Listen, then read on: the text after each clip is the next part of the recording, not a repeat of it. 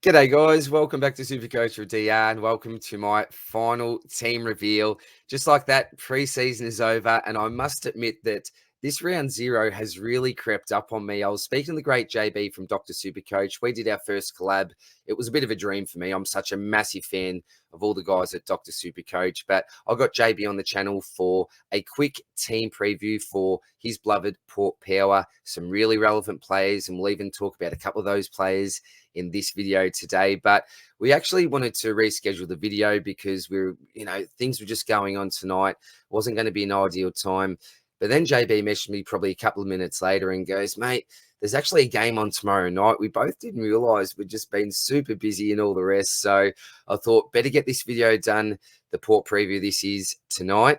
And we also got to get this team preview out or team reveal out because I'd planned on doing it again probably after the video tomorrow night, but with the game on, I need to get this out. So it's after midnight.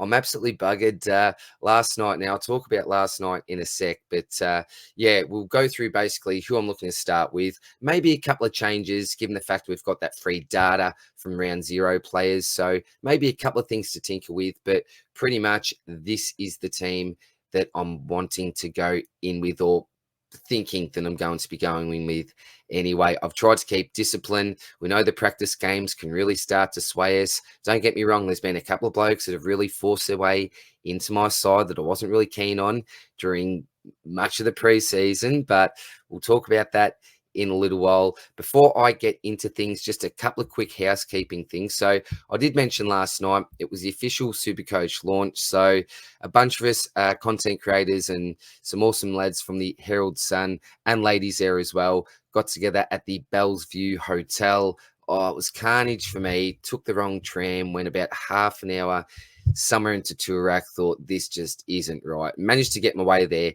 eventually though, but had a couple of cold ones with some absolute legends. As I said, I'll keep this quick housekeeping. I won't go through every name here, but much love to each and every one of these people, and a special shout out to my man Damon from SuperCoach Edge.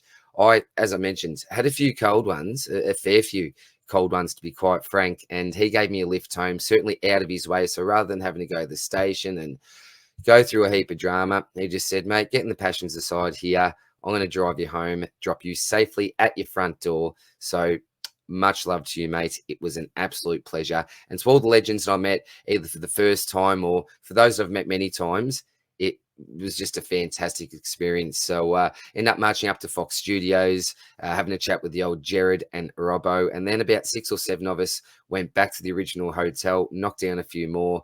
I knocked down my drink, almost drowned Swizz's phone, so apologies for that, legend. But yeah, had a ripping time, and thanks to all the awesome people at Herald Sun for inviting me and organising such a wonderful event. The next thing, this is super exciting as well. Janeth, Spills, and myself, obviously the SuperCoach Swordplay crew, we have launched a new website for 2024. This is going to be up within the next week, supercoachswordplay.com. You'll be able to find everything there, from links to our podcast. We're getting on Spotify as well, so trying to cater for another audience through popular demand there. Lots going on here. All the stuff that we do, you'll be able to find here as well. You can contact us. Got a lot going on with the website. Janeth has really set up a lot of that. So thank you very much, mate. As you can see there, the chiller, the stats man, and the teacher. So we're super excited to get the SuperCoach Swordplay potty up and running again. And best of all, we've got the merch line coming up. So these have been ordered. They are on the way. As soon as the website's up, you will be able to order them. I've had a fair few messages already about it, so apologies for the delay. We thought that they would be coming a little bit earlier, but they are certainly on the way, and that is absolutely fantastic, that design as well. So kudos to you, Janeth, and Spills as well, for all the hard work you're putting in. Looking forward to a ripping season when it comes to the potty. So hats off to you, lads. And we've got a cash prize here for a $100 open league. Now, I have put out a separate video about this, so please check it out if you're interested. But long story short, it's an open league, so unlimited entries. I always get so many requests for cash league spots in the $100 ones that I do. They're just your normal 18 to 20 person league. But given the fact that there's so many people that usually miss out. I thought I'll create an open one this year. So the more the merrier. I'm hoping to get as many people as possible. 20% of the overall prize pool will get donated to the RCH, which is a fantastic cause. First, we'll get 50% of the prize pool, second 20%, and third 10%. That's obviously overall points. And we're starting obviously when the real SuperCoach season starts, which is round 1. Kama's getting involved there as well. So yeah, if you can beat Kama, you're going to go into the prize pool, well, into the draw to win a merch pack as well. So yeah, make sure that you email me there, supercoachwithdr@outlook.com, if you are interested in joining up. As I mentioned, the more the merrier. And finally, my man Janeth. This is an old thumbnail. So this is from last year. We're not saying he's selecting these 3 men in the screen. Hey, he may be. I'm still not sure myself. But on Sunday, we're going to sit down and record Janeth's team reveal for 2024. So I'm super excited to hear about that. As you can see there, top 150 finisher, consistent top 1%. We all know what Janeth's like. So really excited to get that up and running on the Sunday. Most likely be out to the public on Sunday afternoon. But guys, you are here for the team reveal. Actually, no, there's one more thing I need to do. I do have a couple of extra slides here. A big, massive shout out to all the members of the channel. So I've got all the names here. I think I may be down a couple. These may be old screenshots. I think we're up to 42 members now in total. We've got either the platinum membership or the gold membership. If you do decide to become a member, a heap of perks. I won't go through them now. You need to be on a PC. Just click join and it will come up with the different options if you decide to go through with it. But got a fantastic community there.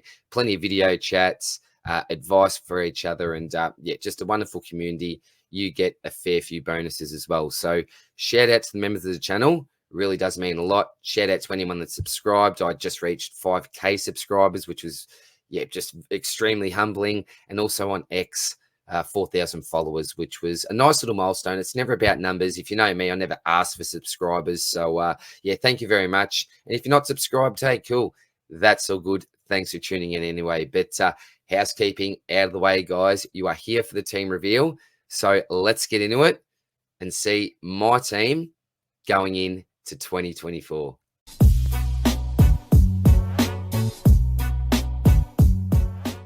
Alrighty, let's get into it. We'll obviously start off in defense. And for probably half of the preseason, I was really big on this man, James Sicily, being my D1. Is he in my team now? No, unfortunately. Obviously, with the news that Blank had gone down, too many question marks around Sicily for mine. So I would much rather just upgrade to him when he could potentially be at a more fair and reasonable price. But in saying that, he could absolutely go berserk early. We know his ceiling, we know his talent, but for now, I'm just staying away from James Sicily. The other bloke that really hadn't moved was Tommy Stewart. So no longer going with Sicily. And you may say, DR, you've absolutely caved to this pick, owned by 73% of the competition. Now, it's not about caving. There is method to this madness. And you may say, what do you mean madness? It's not really madness, is it? Starting with Nick Dacos, but I will be starting with Nick Dacos as my D1. I was staunch against this with the fact that they were playing Sydney. The role had worked before, albeit with a different player, Finn McGuinness.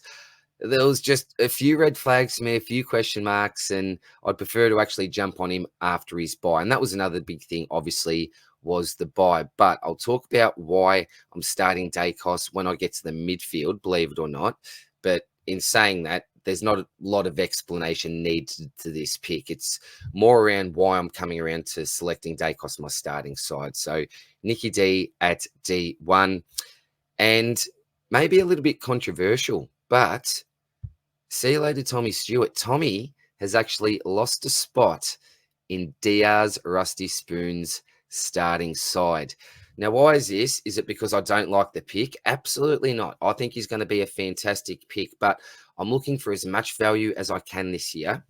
And so I'm obviously going to skip Ryan, skip Sinclair, and it's actually my man, Dan Houston. Now, I was absolutely on the fence about this pick, and earlier today, say around lunchtime, I had Tom Stewart in my side. Now, I can upgrade to Stewart, you'll see, with my remaining salary in the bank. So there's no worries there. But why Dan Houston? So if we take a look at Houston, and I had mentioned this in the previous video, and make sure that you check out the video that I did do with JB, the Port video, the team preview that we uploaded tonight. So if you look here with Dan Houston, we can see rounds 1 to rounds 10. So 1, 3, 4, 5, 7, 8, and 10, all at the Adelaide Oval. So if you want to talk about just the first 8, 6 out of the first 8, this man will be sleeping in his bed, in his own bed, this is.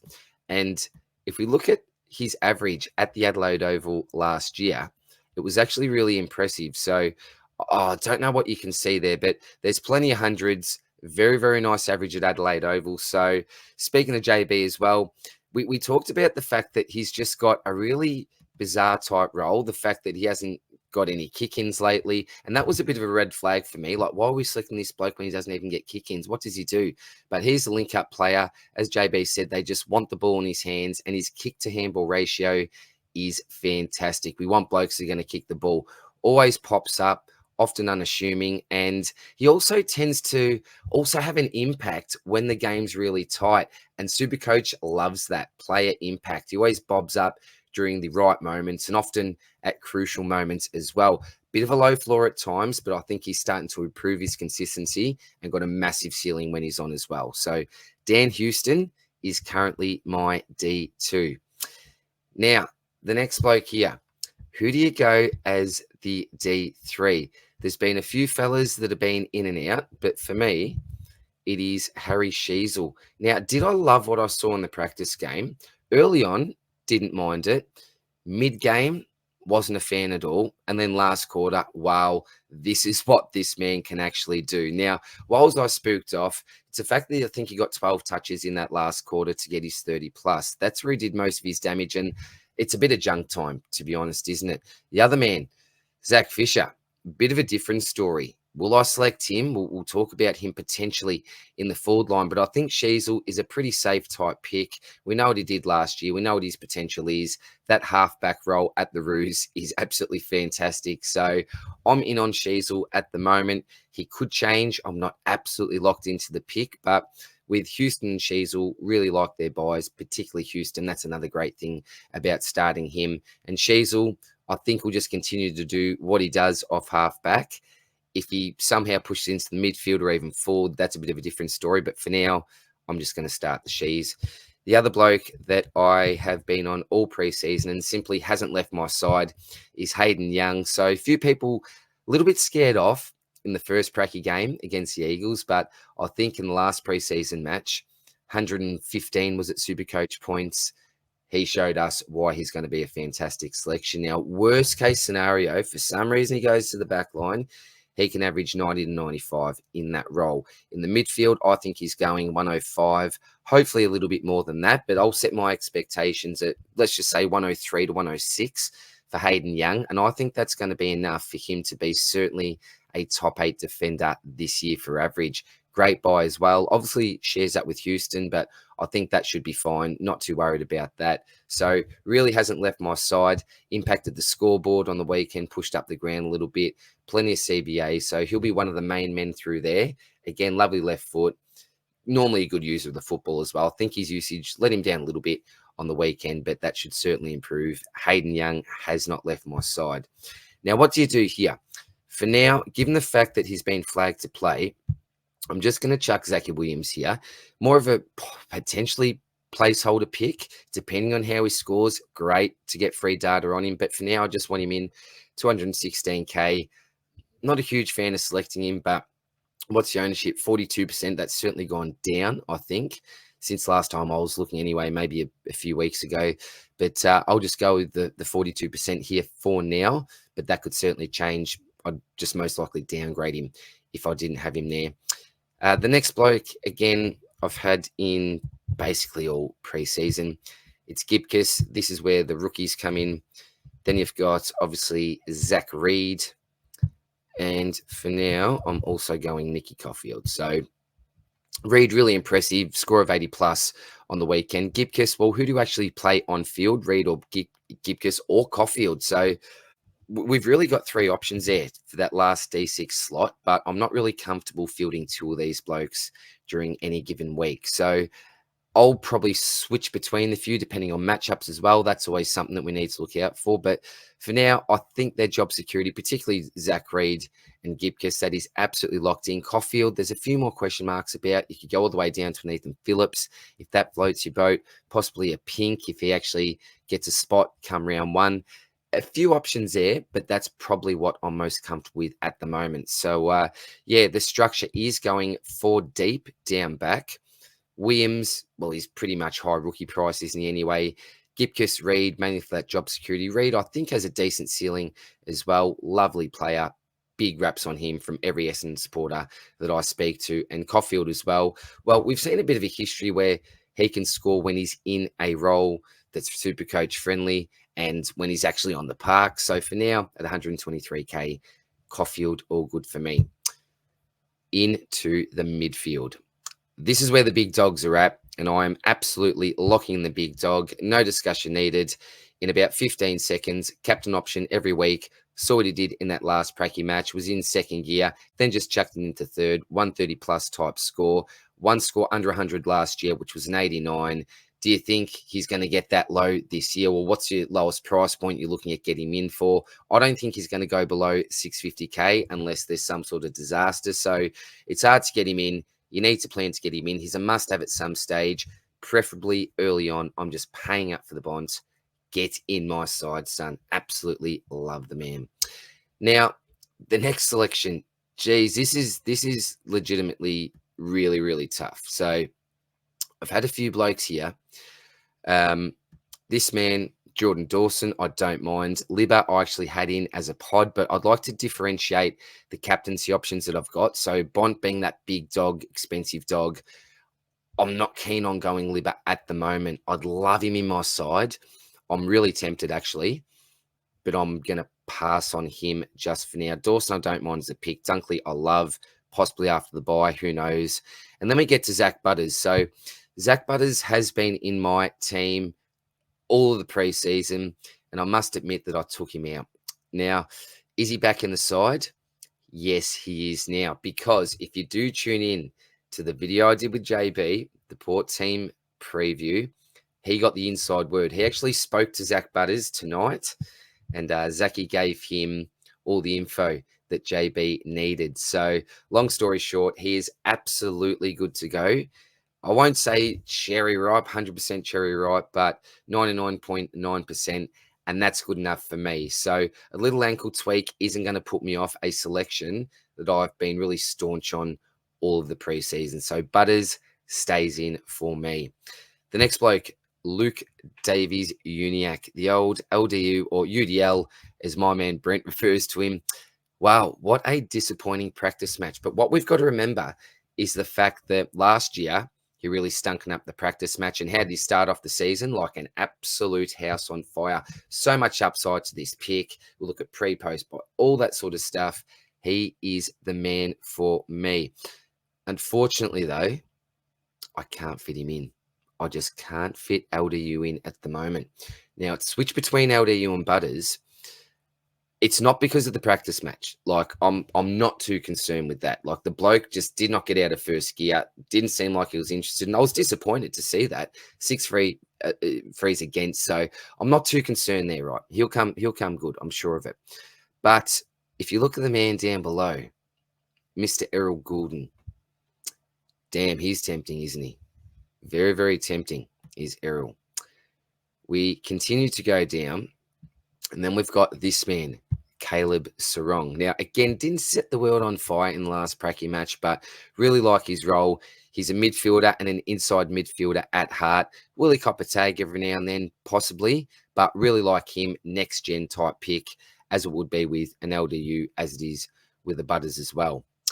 And then you've got Tommy Green. Now, you all know what the grand plan has been. Start high, go down low, get him while he's got that early draw, and then flip him to basically whoever I want, apart from the Petrarcas, the big dogs, which possibly I wouldn't be able to afford. So Bont, Butters, Sarong, and Green. That's what it's been like for a long time now. And again, controversial I know. No green, no sarong. We're going one step up to Errol Goulden. Errol, get in my side, son. Now, you talk about picks that you really enjoy owning. Now, Zach Butters, it can be scary because of the kamikaze style of play that this man possesses. Errol Goulden, different type, silky. Hey, hard as a cat's head, don't get me wrong.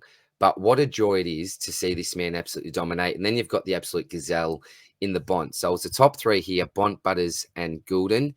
It's going to be really fun watching Dogs, Port, and Sydney games as well. Now, if you look at Errol, my man, the bloke that I didn't start last year, I said, no, I'm not going with Errol.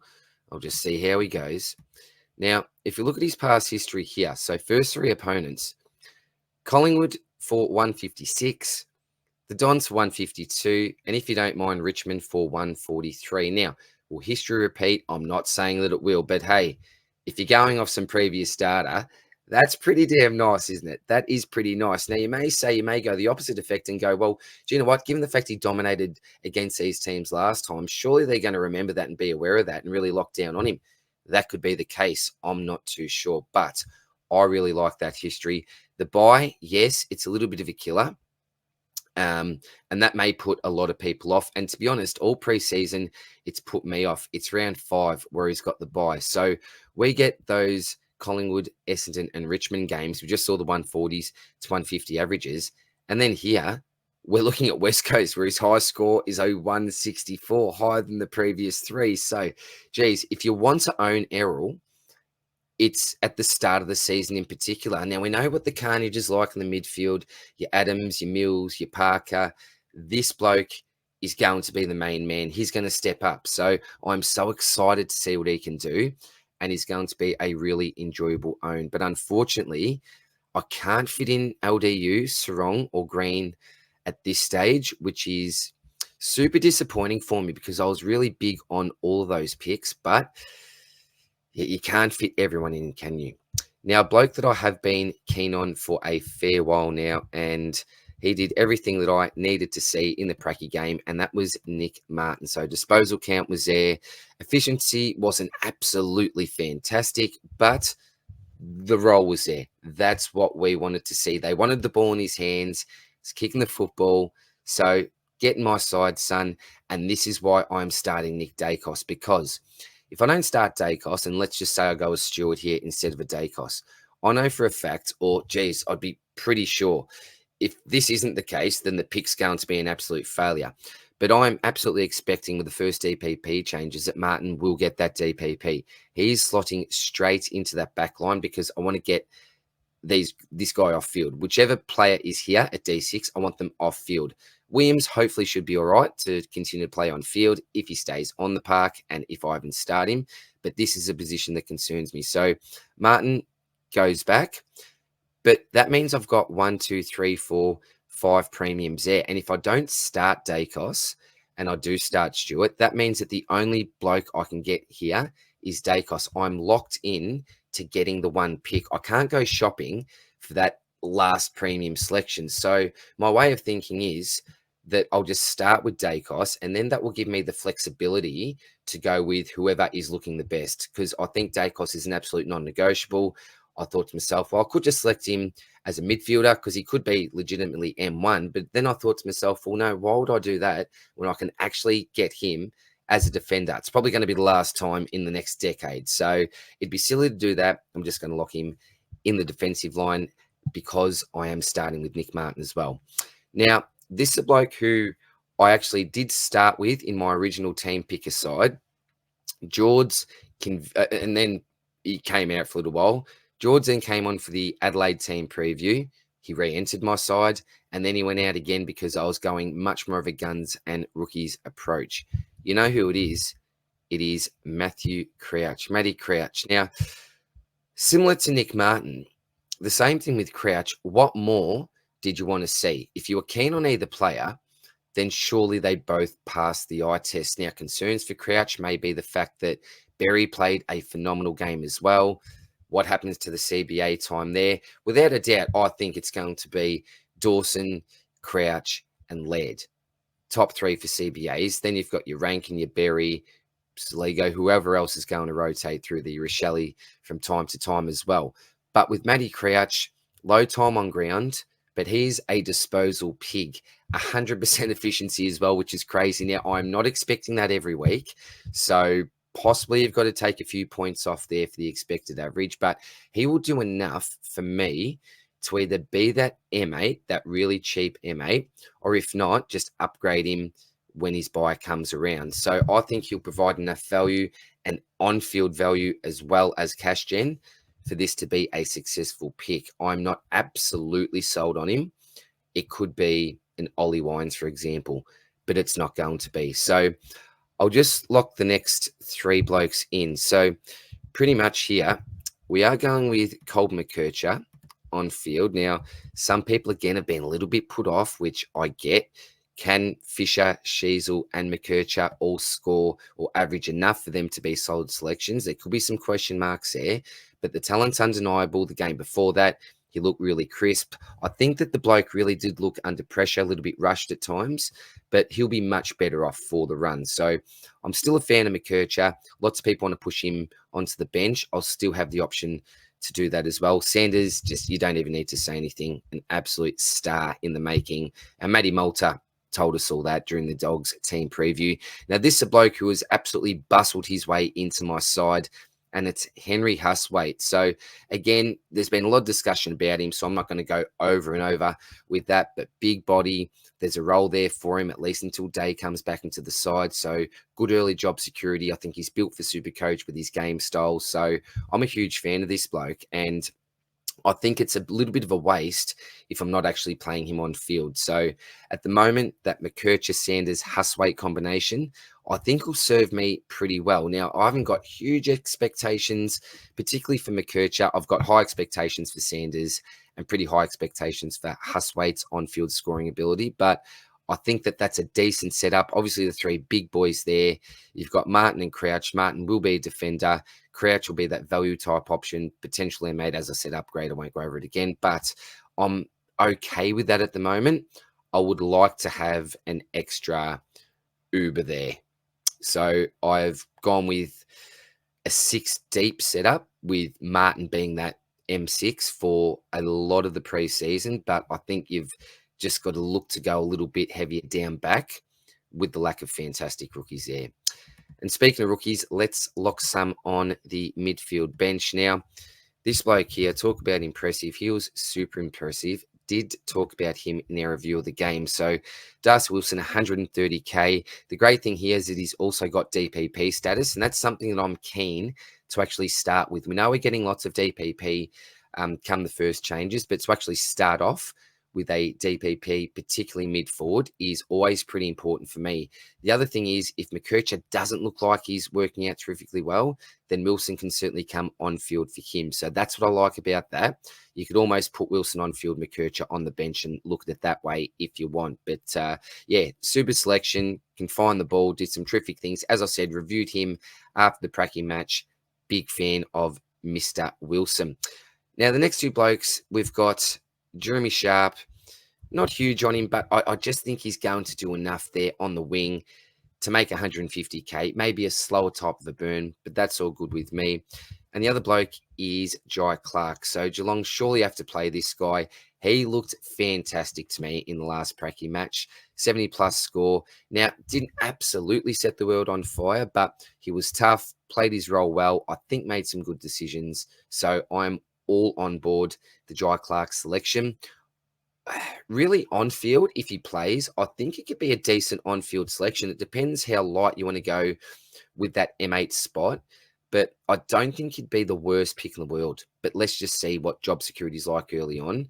I wouldn't plan to have him on field anyway. Definitely push him to your bench for now, but who knows actually coming into the season.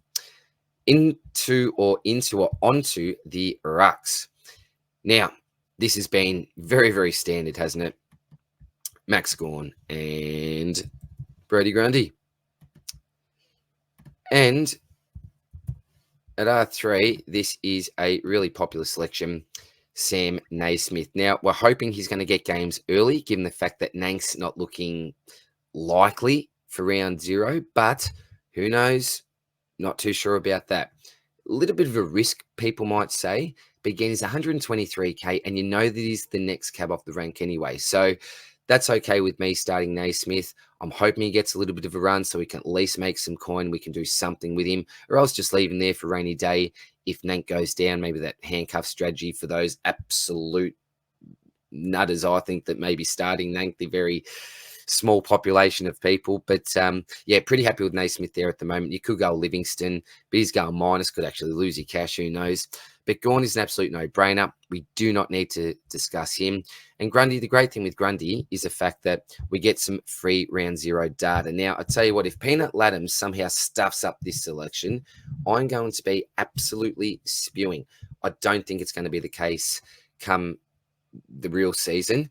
How many tools are they realistically going to play? I'm hoping they just go with the McLean, who can just be that more relief role. Grundy's time on ground was down.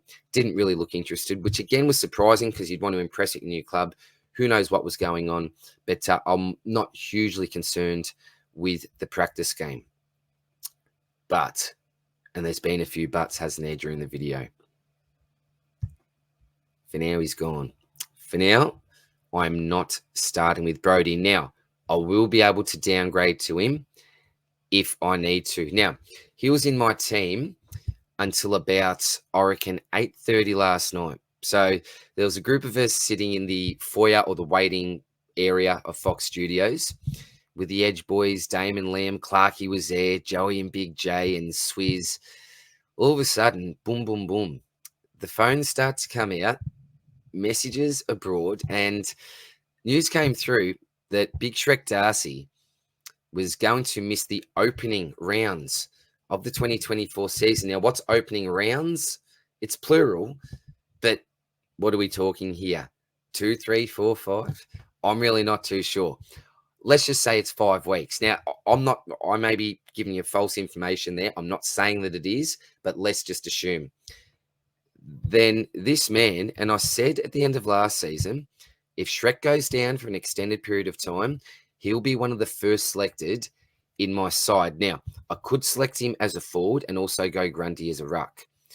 The unfortunate thing is I'm a little bit set on my structure now, and I'm finding it hard to sacrifice another player to get Jackson into my forward line. So at this stage, I'm looking to start Dogger. Now, was it round 17, 18, 19 last year? Let's have a look. So I reckon it was 19 last year that Shrek actually went down. So I can see 187, bang, 173 against the Lions. Guess who? He's playing in the opening round. 124, 123, and 101. Now, given the fact, yeah, he wasn't playing some terrific opponents here or high-quality opponents, I understand that.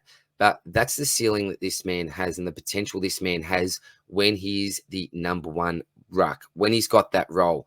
And he's going to have that role to start the season. It's been confirmed now. How long for? I don't know. Love his buy. You could even look to switch him forward if you've got a different type of strategy. Who knows? But for now, I'm actually looking to start him. And hey, if Grundy absolutely tears it up, then fair enough. Grundy will just come straight back here. And then the big question is, do I still look to start Dogger in my forward line? And then maybe even drop in Naismith and go for that Livingston with DPP so you can move around the Jacko. That's an option. But for now, yeah, Dogger is actually going to be my R2. Again, we've talked about, obviously, onto the forward line now, blokes that have just forced their way, barged their way into my side, and Zach Fisher's one of them. I think our hand has been forced here. Now, I'll put my hand up as well, swallow my pride. I said, no way to go this bloke, absolute trap. Again, no offense to the man, but I've never rated him as a superstar type player. And you don't have to be a superstar player to score well in SuperCoach, but just never really rated his game. Obviously, hey, hats off to the man. He's an AFL player, so well done. I'll say that I'm wrong here because in this role, he looked fantastic. What more could Zach Fisher have done to impress people that had him at least on the watch list? He got the pill with ease. Everywhere the ball was, Zach Fisher was as well. I thought he made good decisions. Not only did he attack the game really well, I was saying in the previous video I did that he was off for a period of time. I think it was about 4 minutes. Literally comes onto the ground 10 seconds, quick possession, 20 seconds later, another one. I thought, geez, is it just his day, or is this what we're going to expect when the season comes around? So tick, tick, tick for me. I'm thinking, what's the downside here? Is it fool's gold, preseason game, looks like a hero, and then just absolutely spuds it? I don't think so. Will the role change? Again, I don't think so. Why would they want to move him when he performed like he did? Super exciting, spoiled, smothered, was energetic, looked desperate. He wanted the role, and I think he's absolutely locked into it. So I can't see myself not starting him. I didn't want to, and it does annoy me in a way. And obviously, him with Fish being my F1, I'm not going with Sammy Flanders at this stage. Again, free data. I'll tell you what, he's going to go 140, isn't he? Jackson, all of a sudden, Flanders, not even going with McRae, who I said was locked early on. It is potential carnage here, but at the moment, it is Zachy Fisher. And let me tell you, before the Pracky game, it was actually Nat Fife, believe it or not. Now, am I still running with Fifey? Yes, I am. Fifey is my F2. Again, not a lot of discussion needed, but Damo, he's been... Well, I don't know. He wasn't completely against Fife, but I think he's much more of a fan now. Even my man, Freo Tragic, Dan Mashman, may find a way to squeeze him in. So there's too much upside to this pick. There's obviously a lot of risk to it, but at the price that we're paying, the fact that there's really no fantastic forwards out there, that maybe a couple, who knows, but for what I'm seeing at the moment, nothing that's screaming out to us. So I'm quite happy to have him there, take the risk, and his ownership is pretty high as well at the moment. So happy to go with Fife. The next bloke who has forced his way in again was always on the watch list. So you notice that the blokes that have forced their way in were on the watch list. Some like a Fisher I was never really a fan of, but always on the watch list, looking to see how he's going. But this is James Jordan. So similar to what I was saying about with Errol, the role is there for him. This is very circumstantial. Now, we'll see how he goes on the weekend. But from what I saw in the last preseason game, if you look at that SuperCoach score, it actually does relate to what my eye test actually told me, or what I saw. I don't even know how to pronounce it. It is, what's the time? It must be getting close to 1 o'clock. I'm not too sure. Sorry, guys. But yeah, the role is there for him. We mentioned all the injuries that they've got. He's the bloke that can play on the inside, can play on the outside as well. So I think that will be a little bit of a dual role for him. He could be that CBA type player for 30, 40, even pushing 50 or more %. Spend a little bit of time on the wing and also push up to half forward as well. So certainly best 22, absolute lock, actually, I think, for best 22. So very happy to have James Jordan in the side at the moment. And I think he will be a very, very popular pick. The next bloke, now I'm not massive on, but I think he's a pretty safe type pick at the price, and it's Jack Billings. So decent history of that 90 type range. Can he go there again? Well, if you can go 85, I'll be really, really happy with this. Do you go Windsor as well as Billings? You can certainly do that. Who would I prefer out of the two? Well, probably Billings. It's just a Billings. I'm a little bit worried with Windsor that he didn't get enough of the football, those goals. May have inflated his score a little bit. Who knows? But just for now, I'm going with Billings. And again, worst comes to worst, you can always go down to Windsor if you actually need to. The next man, now, did I get cold feet? I did for a little while, but Harley Reid is certainly back in. Didn't he look so much better in the midfield? Now, does he get pushed out of the midfield when a couple of other players come back into the side? Possibly, but hopefully Adam Simpson saw what he did there inside the midfield and thought to himself, bugger this half-back role. He's no Sheasel or Dacos, different type player. Let's get him right in the middle. Let him do what he does best. And even the fend-off worked this week. So much more impressive game from Harley Reid. I'm just going with the crowd here and going to lock the man in. The next bloke as well, I've been really, really hot on this sexy man. And it obviously is Alex Sexton. I was going to lock Davies in there. Don't do that, guys. If you just go with the ALE or Alex and get Davies in, make sure that you get Sexton in, because he's a very sexy pick this year. Mature body, was on the absolute scrap heap. And I think that, and I've mentioned this a couple of times, if a new coach didn't come in, if Dimmer didn't come in, he's probably getting delisted and playing some local footy somewhere. So yeah, kudos to Dimmer for giving this guy a crack. Obviously thought he had the attributes to really play the role well, and didn't he show what he's capable of in this attacking halfback role in the last Pracky match? He'll take kick-ins as well. So that's all free. I love this selection and very, very keen to have him on field as well. Now, for the last two bench spots, there are a number of players, and I suppose, yeah, so Windsor is one that's been in and out. Harms is another bloke that's been in and out, but I just prefer a Jordan. I prefer the other guys over a Harms, but he could, again, be a fantastic pick. A pretty easy correction, though, for most of these blokes anyway. So the next bloke is actually going to be Charlie Lazaro. So why Charlie boy? 15% of the comp own him. Look, with his game, I think that he could have actually scored a little bit more if he cleaned up his use of the football. Now, is this going to be a constant thing? I don't think he's going to be an elite type user. That's not his type of game. It's his work rate. It's that contested style of play. But I think in saying that he can clean it up. So some more bonus points there. Attended some CBAs, actually started off in the first CBA rotation. So that was fantastic. Who knows what happened there when Simpkin came off?